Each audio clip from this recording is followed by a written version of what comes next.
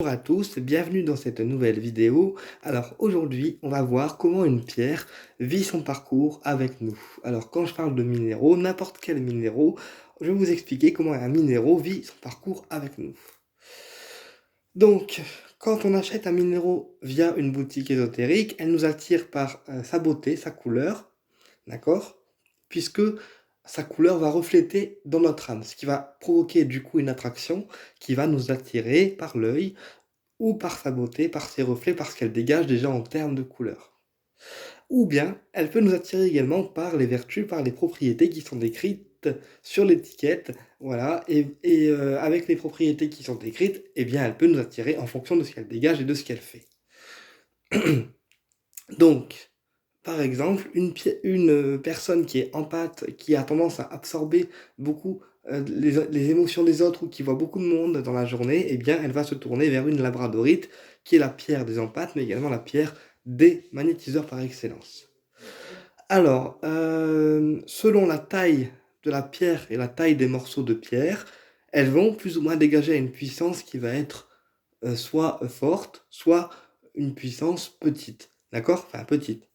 Voilà. Elle va dégager un niveau plus fort ou plus faible selon le morceau de pierre. Puisque souvent, les lithothérapeutes nous disent que la taille de la pierre n'a pas forcément d'importance, alors qu'en réalité, si, la taille de pierre est très importante en fonction de ce qu'on veut en faire et de comment on veut l'utiliser. Puisque plus la pierre est grosse, plus elle va dégager en termes d'énergie. Alors, je ne vous dis pas d'avoir un bloc de minéraux sur vous. Par exemple, une labradorite de cette taille-là, attendez, je vous montre. Une labradorite de cette taille-là va largement suffire pour en sentir les vertus et sentir en fait qu'elle dégage son énergie. Donc, comment on sait si une pierre, elle dégage de l'énergie? On prend la pierre dans la main, comme ici un morceau de labradorite, en fait, brut d'un côté et poli en fait de l'autre. On serre le poing, d'accord, et on attend de ressentir l'énergie de la pierre. Donc si on ne ressent rien, c'est que le morceau il est trop petit, d'accord, et qu'il faut passer à une taille qui va être supérieure. Puisque parfois, quand on prend des trop petits morceaux de pierre, genre à 2 euros, 3 euros, eh bien les morceaux ne sont pas forcément assez conséquents et vont en fait dégager une faible énergie au niveau du minéral. C'est pourquoi il faudra quand même un minéral qui soit assez important pour en sentir les bienfaits et sentir surtout que ça dégage en termes d'énergie. Par exemple, cette labradorite-là, elle me pique dans les mains. Elle me pique dans les mains. Ça veut dire qu'elle dégage de l'énergie et qu'elle est active, que son rayonnement, il est actif, tout simplement. Donc, un minéral, quand il est avec nous, quand on le choisit, d'accord, il faut le purifier afin d'enlever les mémoires du minéral et d'enlever en fait tout ce qu'il a absorbé avant nous, d'accord, puisque il y a le transport, il y a aussi l'extraction, il y a aussi des personnes qui l'ont touché avant nous, des personnes qui ont passé dans le magasin avant nous, et du coup, les minéraux absorbent en fait les atmosphères des pièces, mais absorbent également l'énergie des personnes. C'est pourquoi il faudra souvent le purifier afin que le minéral retrouve sa neutralité. Surtout quand on achète le minéral en premier lieu, eh bien, il faut le purifier afin qu'il s'habitue, oui, à votre énergie, à vous, et qu'il retrouve en fait sa neutralité énergétique. Voilà. Et après, seulement, il pourra vous transmettre à son tour ses vertus et ses propriétés respectives, ce pourquoi vous l'avez choisi. Alors, après, il y a différents modèles, donc soit des sculptures en pierre, soit des bracelets en pierre, soit des pierres brutes, soit des bracelets, etc. Vous prenez vraiment le minéral qu'il vous faut, celui qui vous attire, que ce soit une pierre brute, un bracelet, une pierre polie ou autre, eh bien, il faut quand même prendre une taille conséquente afin qu'il dégage son énergie. Vous prenez vraiment comme vous voulez, en fait. Le minéraux que vous voulez, et esthétiquement, il faut qu'il vous plaise déjà. Ensuite, une fois qu'on a le minéraux en main, donc on le passe à l'eau, à l'encens de sauge, des encens de purification, et ensuite on le porte dans la poche, sur nous, avec un bracelet ou un pendentif, comme on veut. Et en fait, le fait qu'il soit sur nous, dans la poche, ou en bracelet, ou en pendentif, ça va activer dans notre aura, dans notre énergie, l'énergie du minéral. Ce qui veut dire que dès qu'on a un pendentif comme là, une labradorite, eh bien ça va activer dans notre énergie, cette énergie de protection qu'on va avoir en continu parce que le minéral sera tout le temps en fait sur nous. Voilà.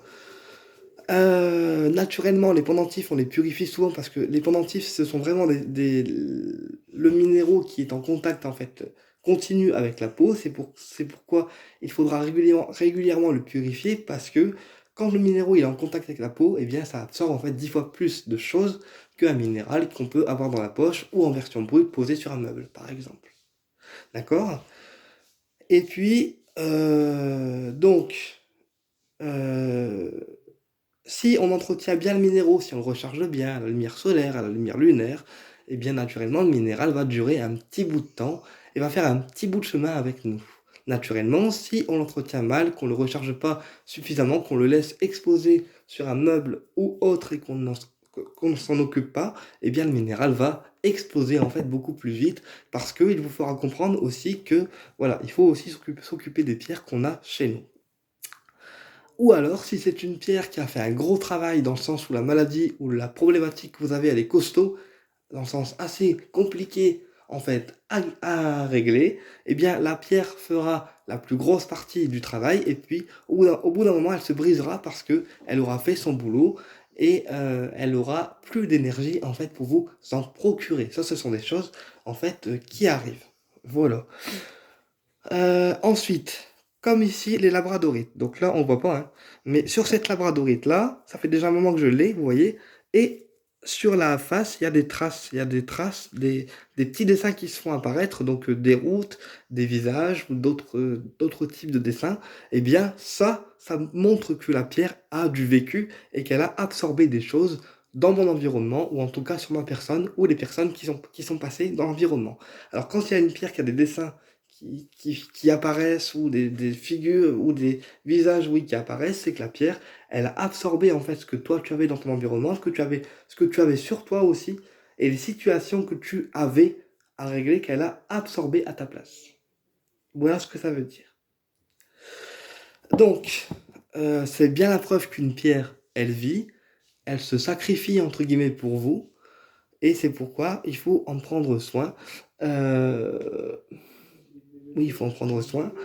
Et alors, les sensations, les sensations qu'une pierre peut vous donner, euh, si on la porte à long terme. Alors déjà, alors pour un pendentif qu'on porte sur le cou ou au niveau en fait ouais, du cou, il faudra quelques jours avant que le pendentif fasse son action, avant que la pierre euh, rentre son rayonnement dans votre aura, c'est-à-dire avant de bénéficier de son énergie.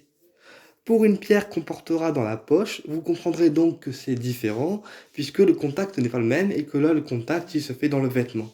Il faudra donc un mois de patience avant d'obtenir du résultat, euh, du résultat qui va être lié aux minéraux. Voilà, parce que comme le contact est différent, on va attendre un mois avant que le minéral, en fait, rentre en action et fasse son travail, oui, dans notre aura, dans notre centre d'énergie. Si c'est un bracelet, c'est pareil que les pendentifs, ça va aller assez vite. Il faudra donc quelques jours pour pouvoir en fait bénéficier de l'action du bracelet que vous avez au bras. Alors, bras droit, bras gauche, c'est pas gênant. C'est vous mettez au bras que vous voulez, d'accord? C'est pas gênant. Ensuite, avec les bracelets, les pendentifs ou les autres pierres, il est régulièrement important de les purifier pour qu'elles se déchargent en fait de toutes les mémoires et de tout ce qu'elles ont absorbé dans la journée ou dans les semaines qui ont suivi, ou dans votre mental, sur votre personne. Voilà. Donc c'est important de les purifier et de les recharger à la lumière lunaire ou solaire. En cas d'oubli de rechargement, si on oublie de les recharger, si on a oublié, on peut les recharger au soleil pour les pierres solaires, et pour les pierres lunaires, si on a une géode de cristal ou un bol tibétain, voilà, on fait sonner le bol genre 1 heure ou deux avec les pierres dedans, et ça va avoir ce but de rechargement, de purification. Donc ça ne remplacera pas une purification à la lune ni au soleil, mais ça permettra d'avoir un entretien énergétique par la résonance, c'est-à-dire par le son du bol. Tout simplement. Qu'est-ce que je voulais vous dire d'autre? Euh, alors, certains lithothérapeutes nous disent de ne pas mélanger les pierres noires avec des pierres de couleur ou des pierres foncées. Alors, je vais vous expliquer. Pour moi, toutes les pierres peuvent être mélangées. Je vais vous expliquer pourquoi. Parce que dans certains cas, certaines pierres sont fortes. Je prends l'exemple des pierres noires ou de l'œil de tigre qui peut être assez fort pour certains, pour certaines personnes. Si par exemple ils sont impulsifs, auquel cas il faudra prendre une autre pierre pour adoucir en fait le travail des pierres qui sont trop fortes pour vous. Je prends l'exemple d'une pierre noire comme la tourmaline ou l'obsidienne œil céleste. Eh bien, on peut adoucir son énergie ou ses effets avec une pierre rose, une pierre jaune, une pierre rouge, qui vont être des pierres solaires, dynamisantes, mais pas trop non plus pour pouvoir adoucir en fait l'introspection qui est en train de se faire grâce à l'obsidienne. Donc en fait, quand on associe des pierres de couleur avec des pierres noires, c'est pas un contraste qu'on fait, c'est pas dans le but de faire mal avec les minéraux, c'est pas un contraste, c'est dans le but de d'équilibrer chacune des énergies de chaque pierre pour pouvoir avoir un effet qui soit ni trop fort, ni trop faible, voilà, et amener en fait un juste équilibre, voilà. Pour rendre, oui, que la personne qui ne supporte pas telle ou telle pierre ait plus en fait de facilité à supporter ces pierres, voilà. Après, si c'est vraiment une pierre avec laquelle on ne peut pas travailler, déjà, en général, on ne va pas vers ces pierres-là, puisque soit la couleur elle va nous rebuter, soit ce qu'elle fait en termes énergétiques, ça ne nous correspond pas et on va sentir que c'est pas le bon moment pour la prendre. Voilà. Auquel cas, on se dirigera vers une autre pierre ou vers une couleur qu'on appréciera davantage. Et puis, au fur et à mesure de son utilisation, si elle est trop chargée, si elle est trop chargée, déjà, eh bien, au contact de la pierre, n'importe quelle forme qu'elle soit, vous n'aurez plus d'effet du tout.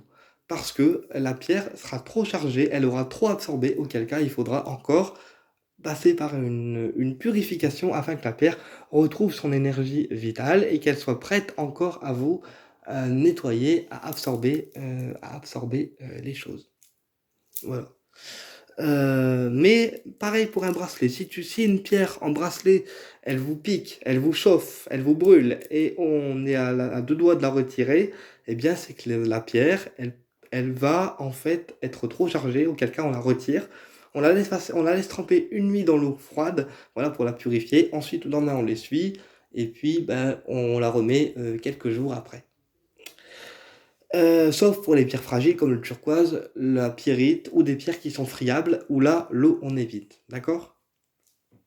On privilégie l'encens, le bol tibétain, la fleur de vie, des outils purificateurs qui sont non nocifs en fait pour leur état. Voilà. Euh, Qu'est-ce que je voulais vous dire d'autre? Qu'est-ce que je voulais vous dire d'autre? Après, pareil, si on porte trop de bracelets en pierre sur soi, donc par exemple 10, 15, 20, alors 10, 15, 20 c'est un peu abusé, mais il y en a qui le font, eh bien sachez aussi que ça peut provoquer un effet indésirable dans le sens où ça peut créer de l'hypertension, c'est-à-dire qu'on peut se sentir très nerveux, vraiment très très nerveux, et puis ça peut aussi créer de la tension, pas artérielle, mais voilà, tension nerveuse, auquel cas il faudra retirer tous les bracelets d'un coup et ne plus porter de pierres, c'est-à-dire faire une pause en fait avec les pierres pour ne pas que l'hypertension nerveuse se prolonge et finalement amener un équilibre. Voilà, parce que parfois on a besoin de faire une pause avec certains minéraux et au contraire d'en accentuer d'autres. Voilà. C'est pour ça que moi je dis qu'en fonction des journées qu'on passe dans la vie, il faut mettre un minéraux différent. Par exemple, si c'est une journée où je vais avoir des consultations, où je vais voir des patients, où je vais voir du monde, je vais mettre une labradorite sur moi. D'accord? Parce que ça va absorber la peine, les maux énergétiques des gens et du coup, je serai protégé. Si c'est des personnes qui sont toxiques, quand je vais aller dans un stage énergétique comme le Reiki, comme d'autres techniques, le Reiki Karuna, ou s'il y a du monde et des personnes que je ne connais pas, là je mettrai par exemple une tourmaline parce que c'est une pierre d'ancrage et c'est aussi une pierre qui évite la manipulation et qui évite de rencontrer des personnes négatives, auquel cas ces personnes, même s'ils sont présentes, ils resteront à l'écart, tout simplement. Alors, également, l'œil de tigre. L'œil de tigre, je voulais y venir parce que l'œil de tigre, c'est une pierre jaune, mais c'est une pierre qui peut, pour les personnes impulsives ou facilement nerveuses, rendre encore plus, oui, nerveux. C'est pourquoi l'œil de tigre, je le déconseille aux personnes qui sont nerveuses parce que sinon, ça va encore plus les booster, alors que ça ne va pas forcément avec leur caractère. Il faut partir sur une pierre plus rose, une pierre plus apaisante comme la calcite, non pas la calcite, la calcédoine, le quartz rose, la lépidolite ou toutes les pierres qui vont être apaisantes, qui vont adoucir en fait leur caractère. Qu'est-ce que je voulais vous dire aussi? Tac, tac, tac, je réfléchis si j'ai rien oublié. Pareil, si une labradorite, elle tombe parce que vous êtes dans un endroit et qu'elle tombe, c'est qu'elle a côtoyé trop de monde et qu'il est temps pour elle de l'enterrer ou de la faire réparer si c'est un bracelet parce qu'elle n'a plus d'énergie, elle a vraiment absorbé trop de choses. Voilà. Ensuite, les pierres dans l'environnemental. Donc, on peut poser dans l'environnemental du quartz rose brut, des pierres plutôt brutes, d'accord? Ou des pierres plutôt brutes comme le quartz rose, la sélénite, ou des pierres apaisantes. Ou au contraire, si on veut protéger une pièce dans la maison, c'est le salon. On posera donc une tourmaline qui va fermer le circuit aux personnes négatives et permettre de sélectionner les personnes qui rentrent en fait chez vous. Voilà, tout simplement. Eh bien écoutez, j'espère que cette vidéo vous a plu et je vous dis à très bientôt pour une prochaine vidéo et au plaisir de vous retrouver.